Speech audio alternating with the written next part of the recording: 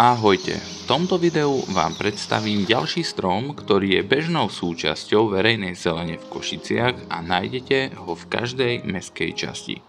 Jeho názov je Bagaštan konský a latinský názov je Aesculus hippocastanum, pôvodom je z Balkánu. Ide o strednoveký strom, môže sa dožiť 150 až 200 rokov.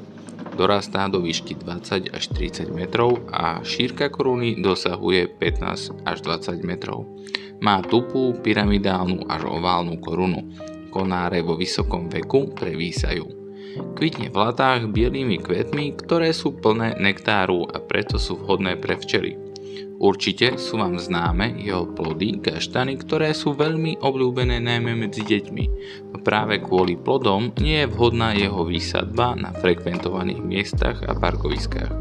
Bohužiaľ je výrazne napádaný ploskáčikom bagaštanovým a hubovitým ochorením Anthracnóza bagaštanová, ktoré poškodzujú listy a spôsobujú ich predčasné hnednutie.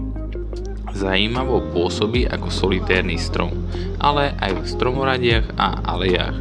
Do malých a stredne veľkých súkromných záhrad ho veľmi neodporúčam.